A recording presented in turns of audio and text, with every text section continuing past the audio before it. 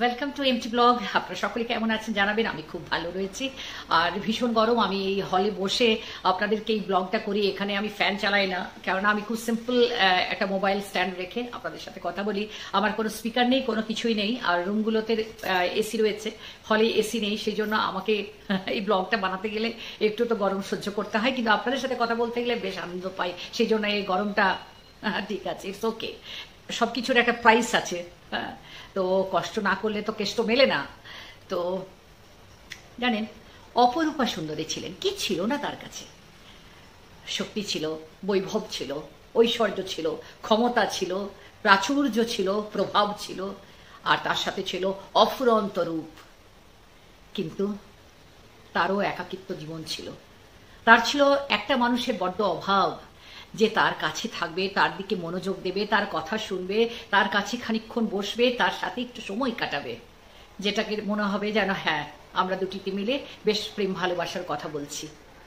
সেই মানুষটির বড় অভাব ছিল। এমন নয় যে সেই মানুষটা জীবনে ছিল না, ছিল, কিন্তু থেকেও না থাকা। সে ব্যস্ত ছিল তার নিজস্ব জগতে। আমি কার কথা বলছি বলুন তো?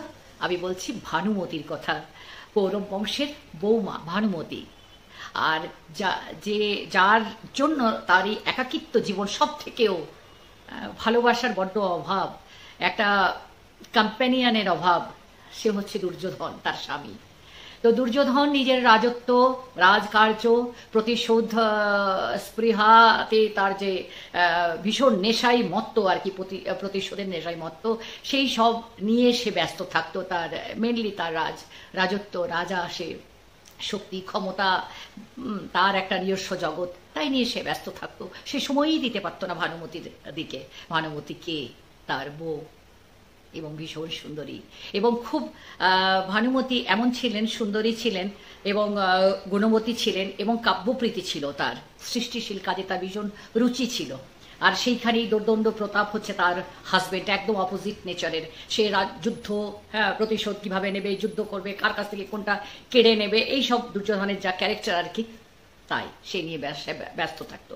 তার ফলে যেটা হয়, সেটা একা হয়ে গিয়েছিল ভানুমতি। তো অত বড় রাজপ্রাসাদে একা একটা প্রেক্ষাগৃহে সে থাকতো।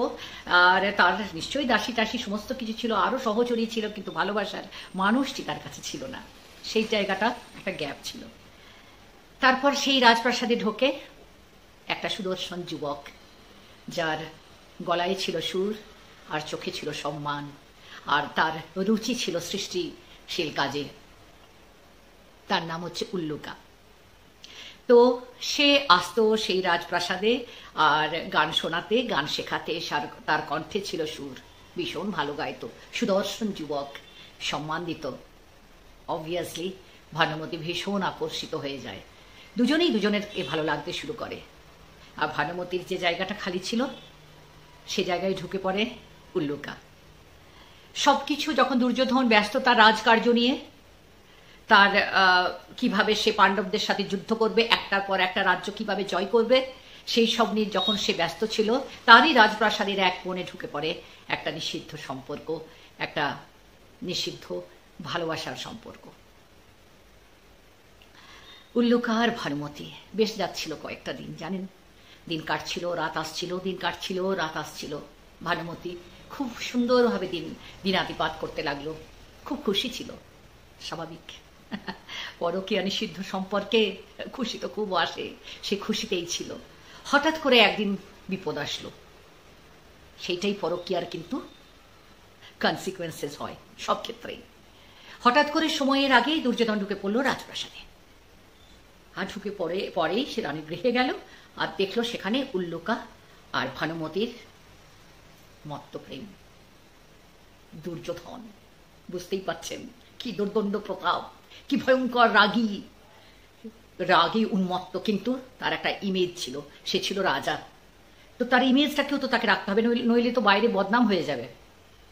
উল্লুকা কিন্তু বুঝে গিয়েছিল তার কি পরিণাম হবে। সেই দিন দুর্যোধন দেখার পরদিন থেকে উল্লুকাকে আর কোনো দিন কোথাও কোনোখানে দেখতে পাওয়া যায়নি। পৃথিবীর কোনো কোনায় সে ছিল না। বুঝতেই পারছেন তার সাথে কি হয়েছিল।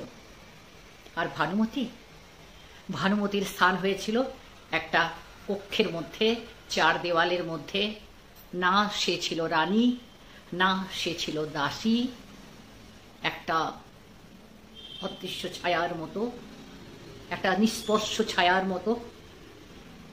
তার অদ্ভুত একটা জীবন, নির্বাসিত, ত্যক্ত, অথচ সেই রাজপ্রাসাদের একটা কক্ষে তার বাকি জীবনটা কাটল। ভানুমতির এই যে সম্পর্ক, এটা কিন্তু অনেক কিছু কথা বলে। মহাভারতের এই যে গোপন সম্পর্কগুলো, এইগুলো কিন্তু অনেক কিছু আমাদের শেখায়। কি শেখায় জানেন? সত্যিকারের হাজবেন্ডরা ব্যস্ত থাকতেই পারে, কিন্তু নিজের বউটিকেও তো সময় দিতে হবে। আর যদি সময় না দেওয়া হয়, তাহলে বিবাহের মতো একটা বিশ্বাস, একটা মানে কি বলবো, যেটার মান্যতা আছে আর কি, এখনো আমার কিন্তু বাংলাতে সে সরগরটা আসেনি। তো সেই সম্পর্কের মধ্যে একটা সামাজিক বন্ধন, একটা বিশ্বাসের বন্ধন, একটা ধর্মীয় বন্ধন, একটা স্বর্গীয় বন্ধন, সেখানে কিন্তু একটা চোরা সম্পর্ক তৈরি হয়ে যায়। সেটা কিন্তু কেবলই অবৈধ, এবং তার পরিণাম কখনো ভালো হয় না।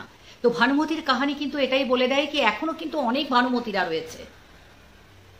তারা যদি কোনোদিন ধরা পড়ে না, তাদের পাশে কি একটু বসবেন, একটু জিজ্ঞেস করবেন তারা কেন সেই সম্পর্কে গিয়েছিল, কিসের জন্য, কোন ব্যথার ওষুধ হিসেবে সেই সম্পর্কটাকে সে বেছে নিয়েছিল একটা বৈধ সম্পর্ক থেকে। কেননা সবাই জানে যে বিয়ে করলে বিবাহটা আমাদের বৈধ সম্পর্ক। তো একটা লুকোনো সম্পর্কে, গোপন সম্পর্কে, একটা নিষিদ্ধ সম্পর্কে সে গিয়েছিল কেন? একবার পাশে বসে জিজ্ঞেস করবেন কোনো কিছু পদক্ষেপ নেওয়ার আগে। এটা উচিত, একজন আরেকজনের সাথে জিজ্ঞেস করবে কেন সে গেছিল। সবাই তো সবসময় লালসায় বাসনায় যায় না, তার পার্সেন্টেজ কম।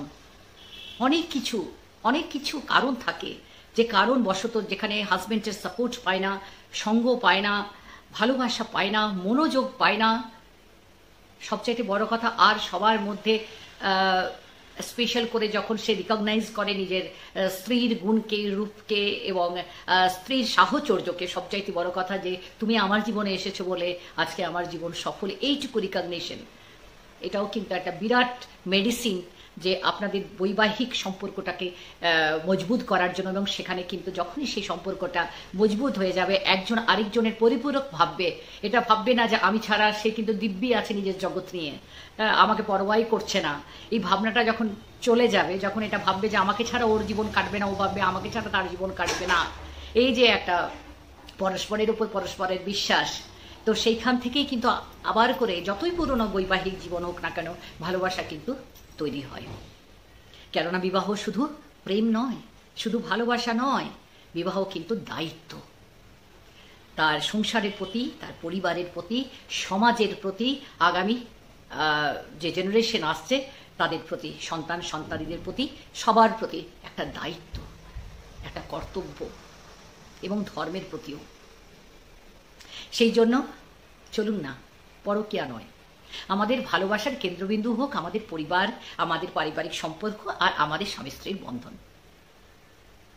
পরকীয়া শুধুই তো নষ্টই করে, সাময়িক আনন্দ দেয়। ভানুমতিও পেয়েছিল আনন্দ, দুর্যোধন, উল্লুকাও পেয়েছিল আনন্দ। দুর্যোধন যেদিন দেখল কি হলো পরিণতি, শেষ, পুরো জীবনটা শেষ। এটাই হয় পরিণতি। তো যদি কোনোদিনও দেখতে পান কোনো উল্লুকাকে, কোনো দেখতে পান কোনো ভানুমতিকে, একবার পাশে বসে জিজ্ঞেস করুন, তার ব্যথাটা শুনুন, দেখবেন সে আপনার কাছে ফিরে আসছে, ত্যাগ করবেন না। তো যাই হোক, আজকের এইটাই মেসেজ ছিল। অবভিয়াসলি আমি সবসময় একটা গল্প নিয়ে হাজির হয়ে যাব আপনাদের কাছে, যে যেটা নয় সেটা নয়, যেটা করতে নেই সেটা করতে নেই, এটাকে কিন্তু নিজের মধ্যে রাখতে হবে, নিজেকে মধ্যে, এটাকে বলে না যে একটা ফিড করানো আর কি, ইউ হ্যাভ টু, এটা মাইন্ডে ঢোকাতে হবে, রিড করাতে হবে, ফিড করাতে হবে নিজের মধ্যে, যে না, যেটা করতে নেই সেটা করতে নেই। প্রাসঙ্গিকভাবে বলে রাখি, আপনারা অনেকেই যারা কমেন্ট করেন, ভীষণ ভালো মতামত আমি পাই, ওপিনিয়ন্স পাই, আবার কিছু এমনও মতামত আমি পাই, তাদেরকে কিন্তু আমি উত্তরও দিই, যে আপনার যে ভাষা, আপনার যে চিন্তন, আপনার যে আমার প্রতি, আমি তো একজন মহিলা, একটা পুরুষ একটা মহিলা, সমাজে কিন্তু দুজনেরই নিজস্ব নিজস্ব জায়গায় একটা ডিগনিটি আছে, একটা মহিলারও কিন্তু নিজস্ব একটা ডিগনিটি আছে, উম্যানহুড।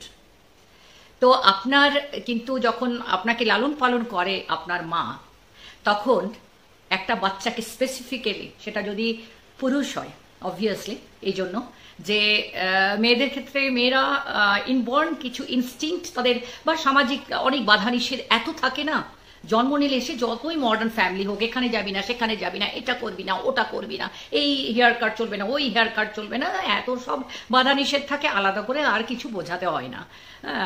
এইটুকুই আর কি। বিয়ের পরে এইটুকুই বোঝাতে হয়, শ্বশুরবাড়ি কর গিয়ে যা, কোনো বিশেষ খুব প্রবলেম হলে যেটা অ্যাবনর্মাল সেটুকুই বলিস, বাকি জীবন কিন্তু যেমন তোর বাবা মারকে দেখেছিস, যেমন আমার তোর ঠাকুমার সাথে আমাকে দেখেছিস, তোকেও সেটা ফেস করতে হবে, এটাই নর্মাল। এইটুকু বিদ্যে দিয়ে পাঠিয়ে দিলেই কিন্তু বিবাহিত জীবন খুব সুন্দর সুখের হয়।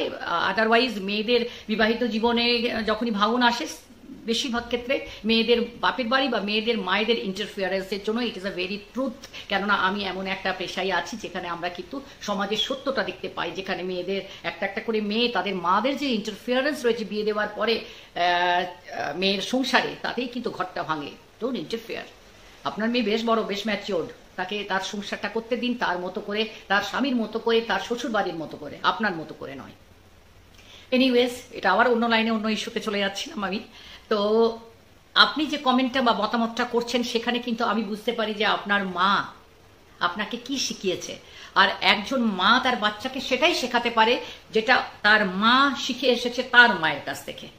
তো আমি যেমন, আমি আমার বাচ্চাকে তেমনটি শেখাবো। তো আপনার মন্তব্য এবং আপনি একজন মহিলা হিসেবে আমাকে যে রিমার্কগুলো করেন, তাতে কিন্তু আপনি আপনার মায়ের পরিচয়টা দেন, যে আপনার মা সে কোথা থেকে এসেছে এবং তিনি তার রুচিবোধ কেমন, বা তার চরিত্র বলতে গেলে চারিত্রিক বৈশিষ্ট্যটা তার কেমন, আর তার স্বভাব আচরণ, ব্যবহার, তার রুচি, আপনার মায়ের সব কিছু কিন্তু আমি বুঝতে পারি। সেই জন্যই যদি আপনি জিজ্ঞেস করেন আমাকে যা কিছু, যেটা একটা মহিলাকে জিজ্ঞেস করা উচিত নয়, যদি আপনাকে উচিত শিক্ষা আপনার মা দিয়ে থাকে, হয়তো দেননি, কেননা উনিও হয়তো ওই ধরনের স্বভাবের বশবর্তী, ওনারও ভালো লাগে ওই ধরনের কথাবার্তা বলতে। উনি শেখাননি যে হ্যাঁ, একটা উম্যানহুডের একটা ডিগনিটি থাকে, মেয়েদের একটা নিজস্ব ডিগনিটি থাকে, সেটা মেনটেন করতে হয়। উনিও হয়তো সেই সীমারেখাগুলো নিজের জীবনে আঁকতে পারেননি বলে হয়তো আপনি সেটা বুঝতে পারেননি, যে demarcation between male and female, এবং ফিমেলকে কিভাবে কতটা কথা বলতে হয় একটা ফিমেলকে, কতটা আপনার you are not allowed restrictions আছে, সেটা কিন্তু আপনি শেখেননি। আর তাই যখন আপনি আমাকে জিজ্ঞেস করেন, আমি কিন্তু সরাসরি কমেন্ট করি, আমি আজকাল আর রিমুভ করি না, আমি কিন্তু কমেন্ট করি যে you go and ask your mother. আর যদি মাদার না থাকে, এমন একটা বয়সে নাও থাকতে পারে, কাকিমা জেঠিমাকে জিজ্ঞেস করো না, মায়ের বোন মাসি তো রয়েছে তাকে জিজ্ঞেস করো না, মায়ের মা দিদিমা যদি বেঁচে থাকে তাকে জিজ্ঞেস করো না, আমাকে কেন? কেননা আমি তো তোমাকে মানুষ করিনি বাবা, আমি তোমাকে মানুষ করলে তোমার চরিত্র নির্মাণ করতাম। তুমি সেই যে কথাগুলো একজন মহিলাকে বলা উচিত নয়, সেই কথাগুলো তো তুমি আমাকে বলতে পারতে না। তো আমি যখন তোমাকে মানুষ করিনি, তার উত্তর তো আমি দেবো না, যে মানুষ করেছে সে দেবে। তাই মায়ের কাছে পাঠায়। যাই হোক, কিন্তু কিছু মতামত এত সুন্দর আসে, কিছু কমেন্টস আমাকে দিয়েছে, যদি প্রলোভন, মেয়েরা আর কি প্রলোভন দেখায় তাহলে কি হবে? নিশ্চয়ই মেয়েরা তো দেখায়, কে বলেছে প্রলোভন দেখায় না? আমরা সবাই তো দেখাই, কেন দেখাই না? আমরা তো সাজি। হ্যাঁ, একটা মেয়ে একটা মেয়ের জন্যও সাজে, আর একটা ছেলে যদি দেখে সেও সাজে, তো আপনি প্রলোভিত হবেন কেন? মিষ্টির দোকানে পুরো মিষ্টি রাখা রয়েছে, গিয়ে আপনি হাতরে খাবেন? তাই হয়? তো প্রলোভন তো থাকবেই, চতুর্দিকে প্রলোভন থাকবে। আপনার সামনে একটা রাজপ্রাসাদের মতো একটা বাড়ি থাকবে, তো আপনি খেটে সেটা অর্জন করে নিজে ওরকম বাড়ি করবেন নাকি আপনি চুরি করবেন? তো প্রলোভন মেয়েরা যদি দেখায়, তো আপনার তো সুন্দর মেয়ে দেখে, ভালো মেয়ে দেখে, নিজের পছন্দ মতো মেয়ে দেখে বিয়ে করবেন। বিয়ে করে সমাজে সেটা স্বীকৃতি রয়েছে, ব্যবস্থা করে দেওয়া রয়েছে, সেই প্রলোভনের উপায় দিয়ে দেওয়া রয়েছে, সেই উপায়ে যাবেন। আর কি, আর কোনো উপায় নেই? তারপর বিবাহিত জীবনটাকে রঙিন করুন না, আপনার রুচি অনুযায়ী করবেন, আপনার যেরকম করে আপনি চান আপনার স্ত্রীকে আপনি সেইভাবে রচনা করবেন, সেইভাবে তৈরি করবেন, তাই না? তো এমনভাবে তৈরি করবেন যাতে করে আপনার ছেলেমেয়েরা সেগুলো কিন্তু দেখছে আর শিখছে, তারাও কিন্তু বড় হয়ে যাতে সেই রকম রুচিশীল হয়, আর একটা সুন্দর সমাজ আপনি যেন দিতে পারেন। একজন মানুষ হয়ে জন্মেছেন, তো এটা সবার দায়িত্ব, আমারও আপনারও। তো যাই হোক, আজকে আবার যেন ভিডিওটা বড় হয়ে গেলে আমাকে আবার কাটপিট করে বের করতে হয়, তখন কথার মাঝে কথা ঢোকাতে ভীষণ অসুবিধা হয়। এডিটিং, বলা, ক্যামেরা ধরা সবই আমি একাই। আর আমার যিনি আর কি পতিদেব, তিনি নিজের পেশাতে ভীষণভাবে ব্যস্ত থাকেন, আর তাছাড়াও আমিও সেই পেশাতে রয়েছি। তো আমি ওনাকে এটাতে আর বিশেষ ইনভলভ করি না। এমন নয়, ভালো খারাপটা উনি বলে দেন। ওনাকে আমি যখন দেখাই বলি এই দুটোর মধ্যে which is the better one, he just helps me in selecting the best one. তো এই সাহচর্যটা এবং এই যে আমি করতে পারছি, এটা অবভিয়াসলি আমার হাজব্যান্ড যদি আমার পেছনে না থাকতো বা আমার সাথে না থাকতো আর আমাকে এনকারেজ না করতো, তাহলে কিন্তু আমি একটা কথাও ক্যামেরার সামনে এসে কোনো বিষয়েই বলতে পারতাম না। তো ইট ইজ আন্ডারস্টুড যে একজন বাবা যদি একটা মেয়ের পাশে দাঁড়ায়, সে মেয়ে অনেক উপরে উঠতে পারে, সেই মেয়ে অনেক ইন্ডিপেন্ডেন্ট হতে পারে ফাইন্যান্সিয়ালি, এবং যে কোনো ক্যারিয়ার সে চুজ করতে পারে, এবং যে কোনো স্বপ্ন মানে হচ্ছে যে একটা খুব ভালো জায়গা আছে, স্পোর্টসে হোক, এডুকেশনে হোক, ক্যারিয়ার হোয়াট এভার, গানে হোক, নাচে হোক, ফিল্মে হোক, যার যেটাতে রুচি সেটাতে কিন্তু সে অনেক দূর এগিয়ে যেতে পারে যদি বাবাটি আর কি তার মেয়ের পাশে দাঁড়ায়। সেই রকম একজন স্ত্রী অনেক কিছু করতে পারে যদি হাজবেন্ডই তার পাশে এসে দাঁড়ায়। তো আজ যে আপনাদের সাথে আমি কথা বলতে পারছি এই পরকীয়া বিষয়ে, আপনি জানবেন যে আমার হাজবেন্ড রয়েছে, এবং আমার হাজবেন্ড এমন একটা পেশাতে রয়েছে যিনি এই সব ধরনের আর কি কেসেসগুলো দিন রাত হ্যান্ডেল করছেন। তো এবং আমরা এমন একটা জায়গায় দুজনেই যাই প্রত্যেক দিন, যেখানে সমাজের সব টাইপের অপরাধ এসে জমা হয়, ওখানে সমাজের পুরো কালো দিকটা সেখানে এসে জমা হয়, এবং তার কারণগুলো সমেত। সুতরাং আমরা সমস্ত বিষয়ের ওপর যা যা হয়, আজকে যেমন পরকীয়া একটা বিষয় আমি তুলে নিলাম, সেই রকম অনেক বিষয়ের ওপর আমরা কথা বলতে পারি, সমাজকে জাগরুক করতে পারি। এবং আমার মনে হয় যেহেতু আমরা এই পেশায় রয়েছি একটা আইনজীবী হিসেবে, আমাদের কিন্তু এই আইন নয়, মানে ল দিয়ে নয়, লটা হচ্ছে ন্যাচারাল ল, যেটা রাইট সেটা ল, যেটা রং সেটা ল, সেটা ইললিগ্যাল, এটা তো স্বাভাবিক আর কি। তো এটা কিন্তু আপনাদেরকে আমরা জাগরুক করতে পারি, মোটিভেট করতে পারি টুয়ার্ডস দ্য রাইট ডাইরেকশন। ভুল পথে যাবেন না, সঠিক পথে যান। সেটা পরকীয়া কেন, যে কোনো বিষয়ে হতে পারে, ভবিষ্যতে আরো বিষয়ে আসবে। কেননা আমরা এমন একটা জায়গায় যাই যেখানে সমাজের সব কালো দিকটা ঠিক ওইখানে এসে জমা হয়। অনেক ভালো থাকবেন, আর এই এমটি ব্লগকে যখনই সাবস্ক্রাইব করবেন তখনই কিন্তু আপনার কাছে নোটিফিকেশন পৌঁছে যাবে কি এমটি ব্লগ একটা ভিডিও কিন্তু আপলোড করেছে। চলো দেখি, দেখছেন ঘেমে যাচ্ছে একেবারে। আর মেম্বারশিপেরও দেখছিলাম যে দিয়েছে, মেম্বারশিপের কিছু ভিডিও আমাকে সত্যি তৈরি করতে হবে স্পেসিফিক্যালি তাদের জন্য। তাছাড়াও কিন্তু মেম্বারশিপ নিলে আমি লাইভ চ্যাটে আসতে পারি পার্সোনালি, যে মেম্বারশিপ নেবেন তার সাথে। আর স্পেশাল থ্যাঙ্কস দিলেও কিন্তু তার সাথে লাইভ চ্যাটে আসা, তার সাথে স্পেসিফিক্যালি আলাদা করে কথা বলা, তার প্রবলেম শোনা। অনেক প্রবলেম নিয়ে অনেকে আসে, সলিউশনস দেওয়া হয় এবং তার নামটা হাইলাইটেড হয়। বা যদি লুকোতে চান লুকোতে পারেন, ডাজন্ট ম্যাটার। তো এনিওয়েজ আজকে আমি তাহলে এখানেই বিদায় নিচ্ছি, আর খুব ভালো থাকবেন। Bye bye.